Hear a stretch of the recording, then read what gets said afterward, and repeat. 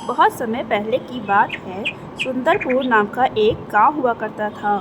गांव वास्तव में बहुत ही सुंदर था, लेकिन यहाँ पर एक चुड़ैल का साया आ गया था, जिसकी वजह से यहाँ के लोग दिन में तो क्या, रात में भी घर से बाहर निकलने से डरते थे।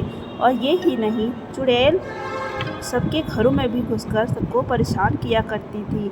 आए दिन लोग इस बात पर चर्चा किया करते थे कि आखिर हम लोग कैसे इस चुड़ैल से छुटकारा पा सकेंगे। लोग इस बात पे चर्चा तो करते थे, लेकिन अभी तक कोई भी उपाय नहीं सामने आया था।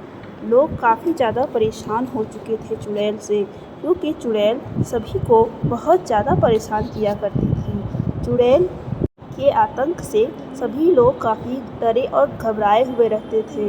इसीलिए सब लोग इसका उपाय ढूंढने में लगे हुए थे।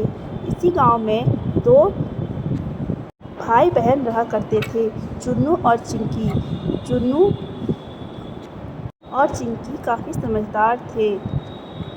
वो लोग भी आपस में ये बात करते थे कि कैसे आखिर चुड़ैल से पीछा छुड़ाया जाए।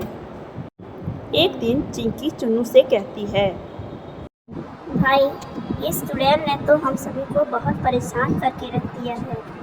हाँ दीदी, आप बिल्कुल ठीक कह रही है। चुड़ैल ने हम सभी को बहुत ज़्यादा परेशान करके रख दिया है। गांव वाले भी बहुत परेशान हो गए हैं और बातें कर रहे हैं। मैंने सुना है अभी थोड़ी देर पहले ही। हमें इसका उपाय ढूंढना होगा जल्द से जल्द, नहीं तो आगे क्या होगा दीदी, कुछ समझ नहीं आ रहा है। यदि लोग अपने घर से बाहर नहीं निकल पाएंगे तो काम कैसे करेंगे। तुम सही कह रहे हो चुन्नू। यदि काम नहीं होगा तो फिर इस गांव में लोग कैसे रहेंगे। अंत में गांव वालों को गांव छोड़कर जाना पड़ेगा। हमें ही कुछ करना पड़ेगा दीदी। चलिए तांत्रिक बाबा को बुला कर लाते हैं। हाँ, तुम सही कह रहे हो। हमें जल्द से जल्द तांत्रिक बाबा को बुलाना पड़ेगा, वही हमें बचा सकेंगे इस चुड़ैल से। चिंकी भागी भागी जल्दी बाबा के पास पहुंचती है, बाबा को सारी बात बताने के लिए। चिंकी बाबा से चुड़ैल के बारे में सारी बातें बताती है कि कैसे आखिर चुड़ैल ने पूरे गांव में अपना आतंक फैला रखा है।